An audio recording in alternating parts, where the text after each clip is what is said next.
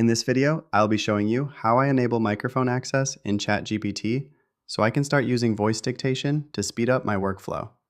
I'm starting right here on the home page, and to begin, I'll move my cursor down to the text input bar at the bottom and click on the small microphone icon to start speaking.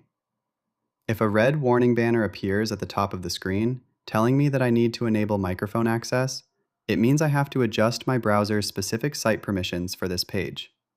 To fix this, I'll move my cursor up to the address bar at the very top of my browser and click on the Site Information icon, which usually looks like a small pair of sliders or a lock symbol, located right next to the URL.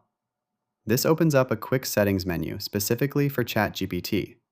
From here, I'll find the microphone option and click the toggle switch to the Allow position. Now that my browser permissions are updated, I'll go back down to the chat bar and click that microphone icon one more time to re-engage the feature. As you can see, the interface has changed, and I can now see a live waveform moving in sync with my voice, which confirms that my microphone is active and successfully recording everything I say. This is a fantastic way for me to quickly get my ideas down or narrate complex instructions without having to type everything out manually. It's an essential tool for when I'm multitasking or just want a more conversational feel with the AI. If you found this quick walkthrough helpful for setting up your own voice-to-text environment, please consider liking the video and subscribing for more quick AI tips and tutorials.